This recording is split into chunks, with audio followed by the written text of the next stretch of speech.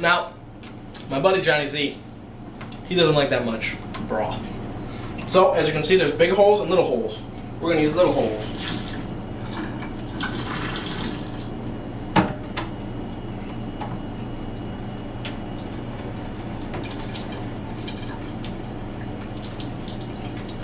Is that good enough to fit in this bowl? That's good enough. So then we got what's left over. If you're a typical college kid, you'll just eat it right out of the bowl. But we got to be... Oh, look at that. Not going to lie, that actually looks really good. Alright.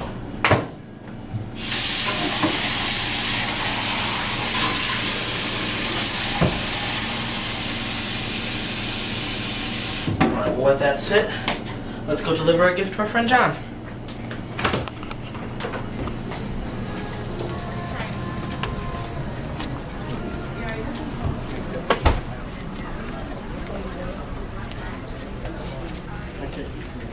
These are our offices.